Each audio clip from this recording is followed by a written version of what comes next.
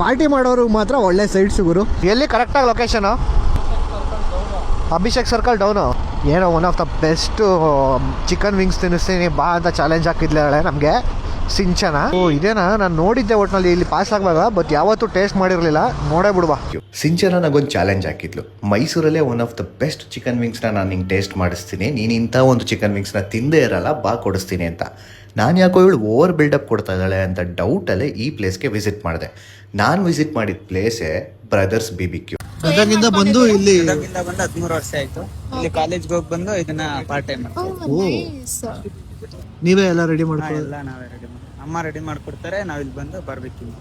ಹಾಗೆ ಮಾತಾಡ್ತಾ chicken wings ರೆಡಿಯಾಗಿ ಟೇಬಲ್ ಮೇಲೆ ಬಂತು. ಒಂದು ಸ್ಮೆಲ್ಲು ಟೆಂಪ್ಟ್ ಮಾಡ್ತು. ನೆಕ್ಸ್ಟ್ ಲೆವೆಲ್ ಟೇಸ್ಟ್ ಮಾಡಿದ್ಮೇಲೆ ಆ ಸ್ಪೈಸಿ ಆಗಿರ್ಬೋದು, ಆ ಮಸಾಲ ಆಗಿರ್ಬೋದು, ವಾವ್ ಅಂತ ಅನ್ನಿಸ್ತು. ಯಾರು ನಿಯರ್ ಬೈ ಇದ್ದೀರಾ ಹೋಗಿ ಟ್ರೈ ಮಾಡಿ, ಬಿಕಾಸ್ ಇಲ್ಲಿ ಇನ್ನೂ ಸಾಕಷ್ಟು ಐಟಮ್ಸ್ಗಳು ಸಿಗುತ್ತೆ ಆ್ಯಂಡ್ ಎಲ್ಲ ಪರ್ಫೆಕ್ಟ್ ಆಗಿದೆ, ಮಸ್ತಾಗಿದೆ. ಆ್ಯಕ್ಚುಲಿ ಸುಳ್ಳು ಹೇಳ್ಬಾರ್ದು, ಸಕ್ಕತ್ತಾಗಿತ್ತು.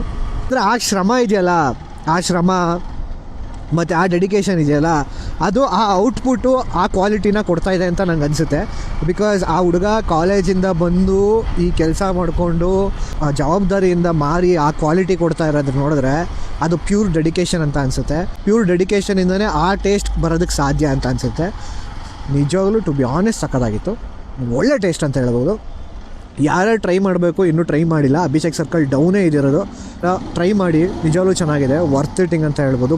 ಪ್ರೈಸ್ ಕೂಡ ಅಷ್ಟೇ ರೀಸನಬಲ್ ಆಗಿದೆ. ಆ್ಯಂಡ್ ಇನ್ನೊಂದೇನೆಂದರೆ, ಪಾರ್ಟಿ ಮಾಡೋರು ಮಾತ್ರ ಒಳ್ಳೆ ಸೈಟ್ಸು ಗುರು. ನಮ್ಮದು ನೆಕ್ಸ್ಟ್ ಸಿಟ್ಟಿಂಗಲ್ಲಿ ನಮಗೆ ಅಲ್ಲಿಂದನೇ ಸೈಟ್ಸು ಪಕ್ಕಾ ಫಿಕ್ಸು.